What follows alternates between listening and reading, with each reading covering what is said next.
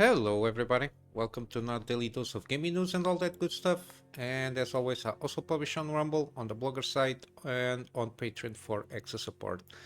Sorry, I missed out the last couple of days, a little bit busy and a lack of news that I had interest in covering. No big things happening except usually the usual drama. And the fact that I didn't have a lot of time to go about doing things contributed to that. But in the meantime, I'm being able to stream consistently. Yesterday, I didn't do a live stream because I was focused more on trying to get around uploading this episode from VOD. It's quite huge. Later today, I will also be able to upload the next Dead Space Remake episode. We are approaching the end of this. On the last episode, by the end of the video, I give my thoughts on the game. The only complaint that is consistent throughout the episodes is basically the performance stuff there. Can be a little bit jarring sometimes, but other than that, I don't see basically any kind of big issues that comes about regarding the game itself. My main thing with this game is while I played it, it remembers me the first time that I played the first one. Basically, that I don't know if it makes sense to you, it's pretty good. The only complaint is basically the performance issues that it still has on the background. When you traverse certain areas, it gets stuck there from time to time, got some frame drops here and there, and I don't think there is any kind of fix per se that you can smooth out. Again, I think you can like hugely reduce certain detail levels to get around that, but other than that, given that we are approaching the later part of the game, that's my main complaint. Basically, the rest is pretty much a very good remake of the game itself. What else? I will try to do a little bit more live streaming today. Things are getting very interesting, and the plot thickens regarding a lot of stuff regarding lore. I'll leave it to you to follow up on the VODs if you like to do that. I try not to spoil, except when I do the live streaming there. I try to avoid any kind of potential spoilers. Lately it's a little bit, I've been encountering now a little bit more some issues here and there in terms of performance. Not something that is aggravating to the point that I want to quit the game, but it's noticeable. But in my specific case, I will assume for the time being, given that I don't play solo this game for now, is that it is the fact that I'm streaming the game and I'm recording 4K 60 the game also, and the fact that I'm playing it, all of that might contribute to less than desirable performance overall, because I do everything on the same PC, on the same system. Again, take it with a grain of salt by the fact that I have some performance issues now and then.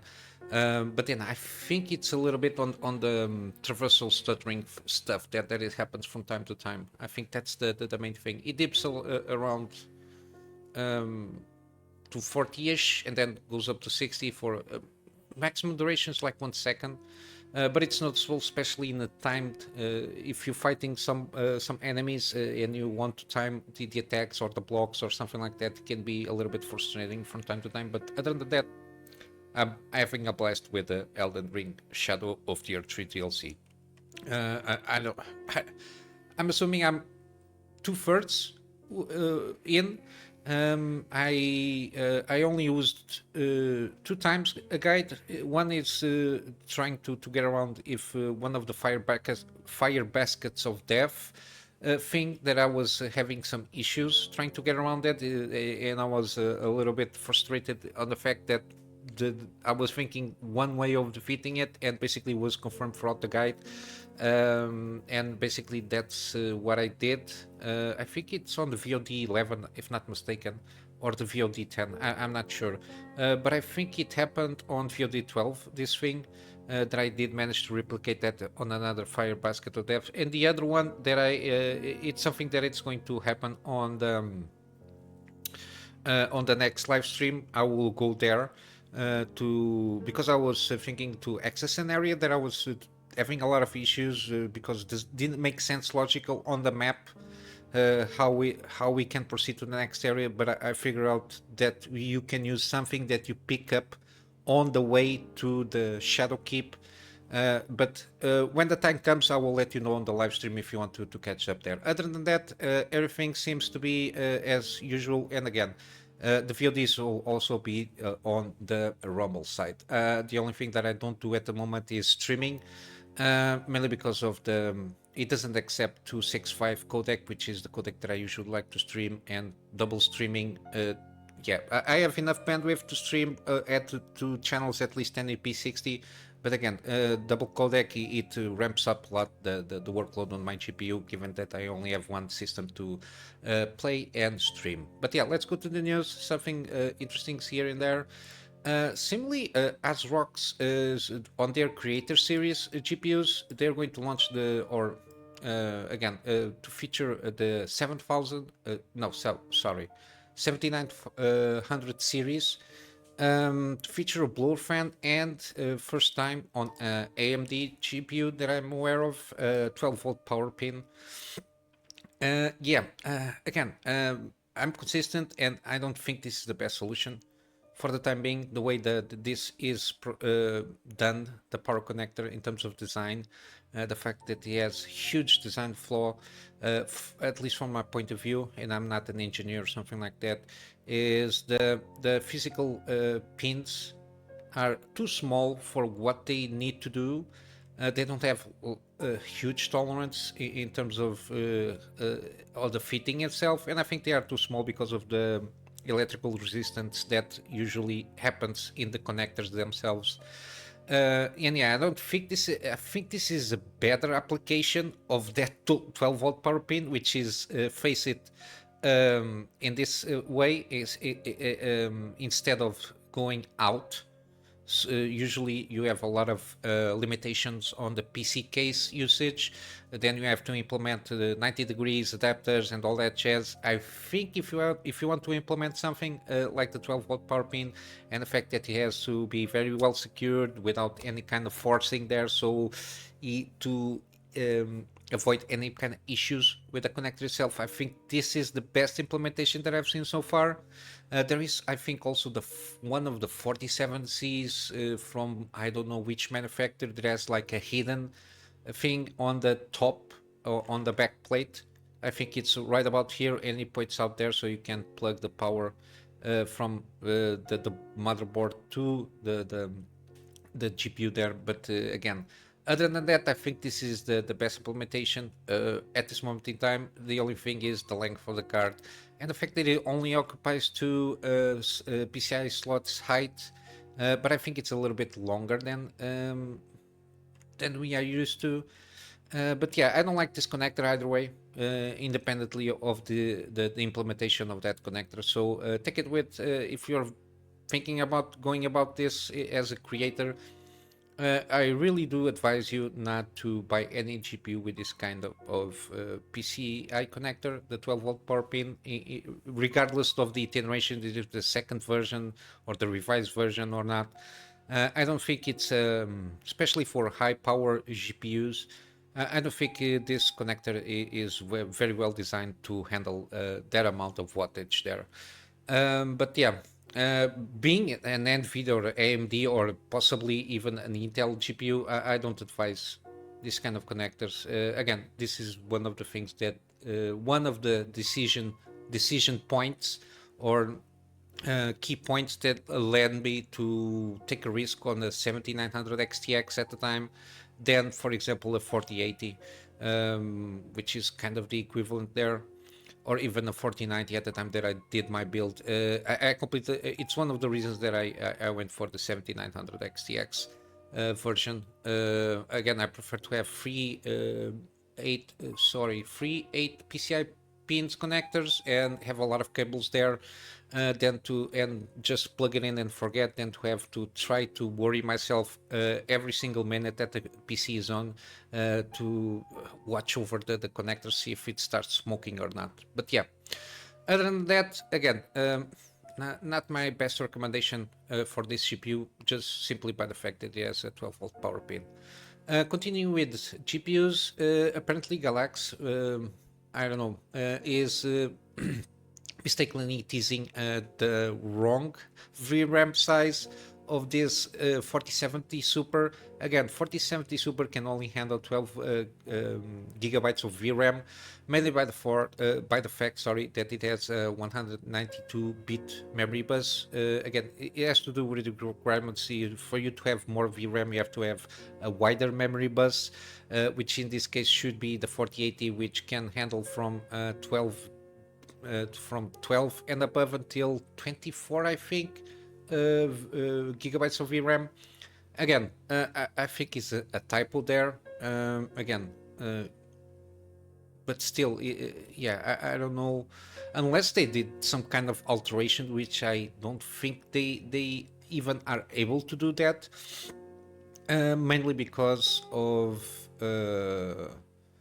or they even put the chance here that the GPU itself, given that it's like a double GPU setup, probably they have even lowered the bus there, so it can handle 8 gigabytes per each. But even though, again, might be even a typo, it's not a 4070, maybe it's another GPU there. Again, it can be two situations. Didn't think about that because of it's a dual GPU setup. Again, either way, it's not a good buy. Might as well buy a 4080, I suppose. And I think, or buy a professional version of the 4080 instead of investing into GPUs there. Again, I think it's a better choice there. But again, some typo for sure happened there. Well, continuing with the industry, Samsung seems to have been having in the last months, supposedly, having some issues with high bandwidth memory. This is the 3E. Basically, it's for the AI stuff and for the GPU stuff, kind of memory chips there. Some news happened a few weeks ago that I think the Nvidia was probably canceling the order from from Samsung regarding this, but it was debunked by Jensen itself. Said that they were just finalizing the troubleshooting regarding the specs and all that jazz. Supposedly, Samsung already one of the issues I think was about the temperature levels regarding the performance. I think they basically resolved that heat production issue.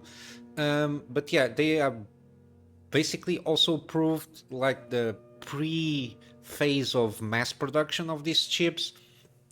So I think it's just a matter of putting the signature there for the order, because I think from what I've been seeing in the news, it seems that they are basically just I don't know, dealing with some final stuff there, administrative stuff there, because supposedly on the engineering side it might just be ready to go. We'll have to wait and see. When it's official, then we know that at least Samsung is ready to enter in this race of HBM3E memory still thing here, because at this moment in time the major competition in is SK Enix. Oh my god, my English reading skills capability is not that good today. But yeah, we'll see how it goes. Again, in any kind of market, I always prefer more people working towards a competition. It will give ultimately on the long term, if it is a competitive market, you'll get better progress at a lower price. Usually that's how it tends when you have several competitors on the same kind of marketplace there. On gaming side, yeah, Suicide Squad killed the Justice League. Similarly, went a tick up in terms of. I didn't mention nothing here. I don't think this article mentions anything here, but I read some news. It tick up from an average, given the Summer's Game Fest. It went from an average of 200 players or so. It got an uptick of 100 and something players being online playing the game. But then again, this is a $200 million loss for Warner Brothers. Again, I don't think they will learn the lesson here. that much. Probably, I hope they will, because Hogwarts Legacy, the sequel, there, they are thinking of doing kind of the same treatment they did it here with the Suicide Squad stuff, which is not going to work out well. Again, Hogwarts Legacy is like a very not a special case, but it got some unique conditions to being a very well sold game. One of those were all the backlash regarding the author of the IP, which the comments that were misconstrued from her, at least from the quotes that everybody was saying that she was a phobic and atheist and all that jazz. Again, I don't see the issue on those quotes. Again, she's pretty woman's right first thing there, and the sentiment there, I don't have anything against it. She's just not doesn't like men pretending to be women to occupy their spaces. But basically, that's her sentiment. I cannot agree more than that. But yeah, the fact that Hogwarts Legacy sold pretty well as a single, it was the game 2023 last year that the most sold game in 2023. I don't know how many copies it sold, more than 20 millions. And yeah, and the fact that it's single player and it's a very well immersive experience, for lack of a better term, in terms of the Harry Potter universe kind of a thing there. And the fact that the developers were liked very much of that universe, and they were very dedicated, trying to be faithful to the books the best they can.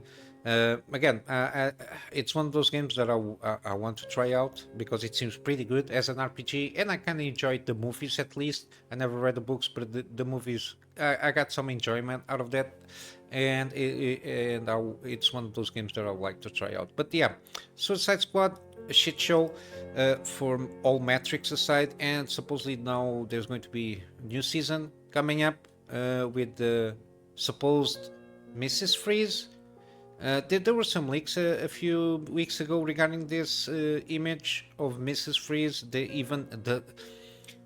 were basically confirmed the rumors because Warner Brothers started to DMCA everybody that posted this image, or tried to DMCA everybody there, which basically is a confirmation that this was coming out. Again, not doing any favors on themselves to people that cover this. That if you start striking people out of existence, again, you're not going to have a good marketing behind that. But yeah, this is horrible. Horrible design, doesn't make any logical sense, and again, everybody thought it was like the son of Mr. Freeze, or like an adulterated version of Mr. Freeze, but no, supposedly it's a Karen Freeze here. Yeah, this is not going to be good. I don't know what you're trying to do here. How can you ramp up interest on the game that nobody wants to play? I don't know how. I think it might as well shut down this thing and put it in offline mode for this game, and then just shut down everything around it and hope for the best of not losing even more money. Because again, people tend to forget this is MMO or shooter or whatever it is. But it's an online game. You have costs associated of maintaining the service live. Not only just like electricity and the servers themselves. You have people who have to work around with this game, trying to patch up, trying to improve it, and again, launching seasons. Again, it's 200 millions at the time of that article. Again, this is only going to ramp up the losses, but what can you do? Then you cannot be surprised when you get huge amounts of layoffs when you have $200 million in losses on the gaming department there. We got also some news regarding Bioshock team ramps up recruitment with 30 job offers. Again, this is from, I completely didn't know this. Around 4 years and a half, 2K, which is the publisher of the Bioshock IP, they announced a new studio called Cloud Chamber that supposedly was established specifically to produce new games in the Bioshock franchise. And again, never heard anything about this. No announcements, no teases, no nothing. They just put up the studio and it's been cooking. I don't know, just boiling water.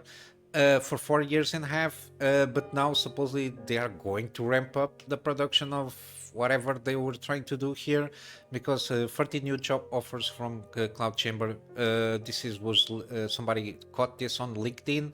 The only thing that I don't like here is senior AI animators.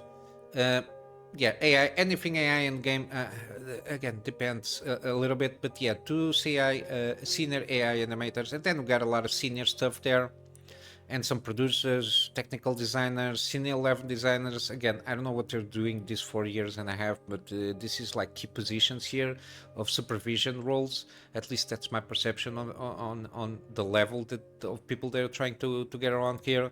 But yeah, it's the only news that we got here. Again, supposedly there was something that they were working on the game. They had to reboot everything in 2022. Given that we 4 years and a half without any kind of news is very weird. The only good news about it is to remind everybody that Judas, which is from Ken Levine, the Bioshock creator. It's a little bit closer to launch, even though we don't have a concrete window. I will assume next year we'll have something, because even the marketing regarding Judas, we only had the announcement, the official announcement on that with a trailer or a couple of trailers so far. Again, we are not seeing a lot of stuff, so I will assume 6 months before they will start ramping up and seeing more stuff talked about Judas, which is basically very similar to how, in terms of the feel, what Bioshock is. But yeah, hopefully it's a good game. But yeah, I don't have anything more to say about this at this moment in time. And lastly, we got the latest patch for Elden Ring. It's the 1.12.3. A little bit more balance tweaks and some bug fixes. Hopefully, they are starting to patch up some kind of the performance issues. But this focus a lot on bugs fixes. Oh my god.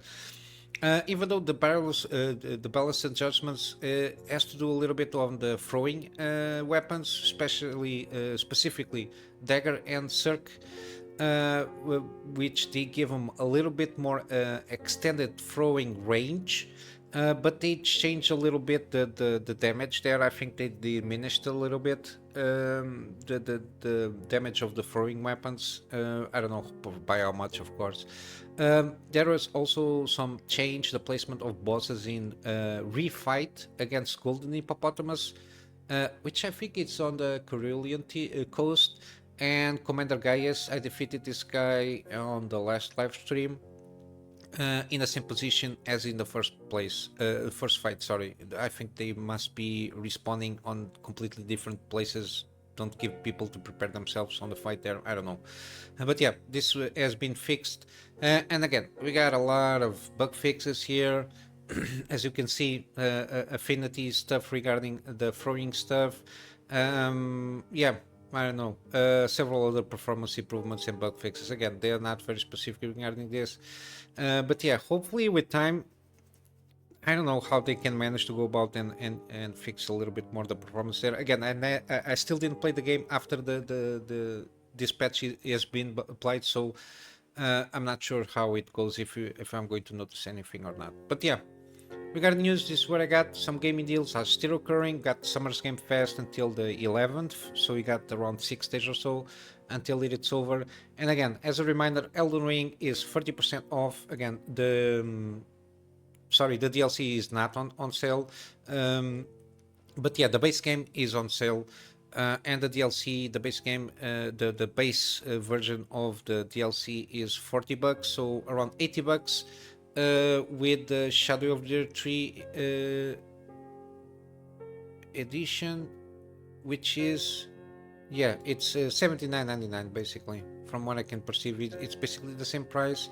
I don't think the Deluxe edition is worth it. They don't bring anything like in terms of content there, nothing new. But yeah, if you like the premium bundle. But again, so far I cannot complain for the price of the DLC. I don't know how many. I already have 12 episodes of an average of 3 hours each.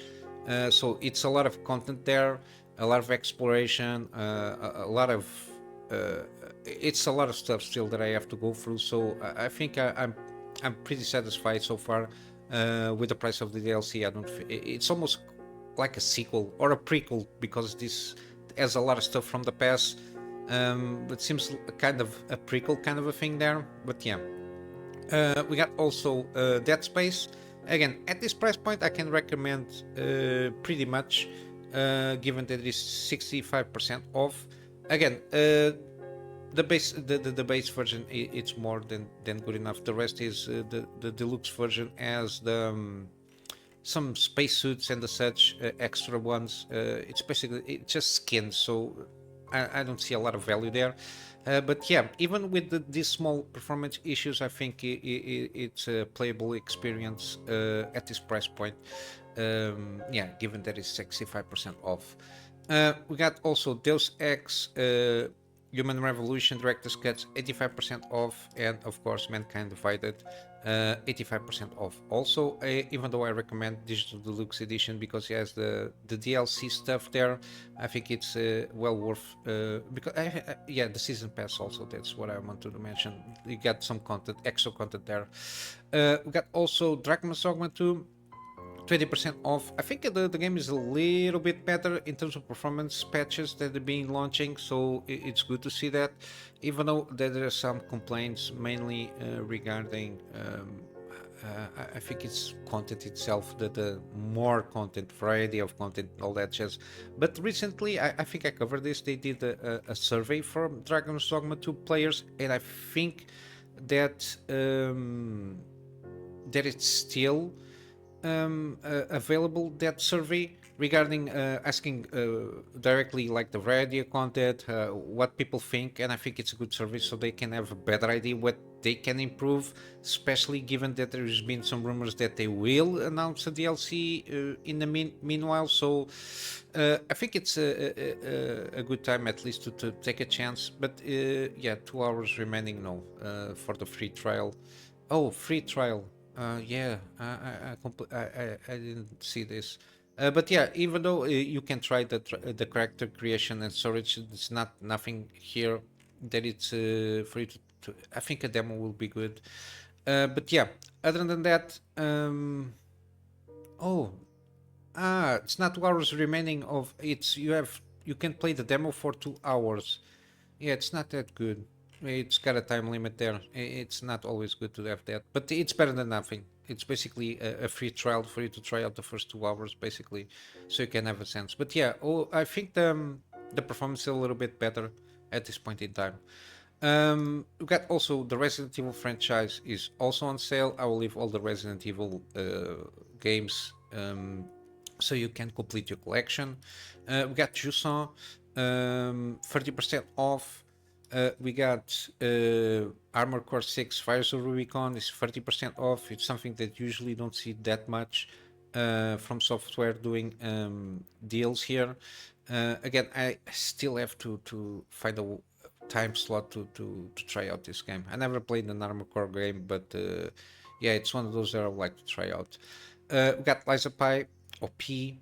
40% off. Again, it's one of those that I really want to try out also. And finally, we've got Pacific Drive, 40% off. Again, I also want to try this game out one of these days, but I need to go through my library first. But yeah, basically this is it for today. I will just wrap up with a plug on my Patreon as usual. The Patreon at this moment in time is for extra support for me to be able to get a storage solution. So I can get the backups or stuff that I do for my clients in one place, and of course some extra storage for the videos that I do for the channel. And with all that said, I hope you have a wonderful day, and I will see you in the next one. So until then, Kunamy Master out.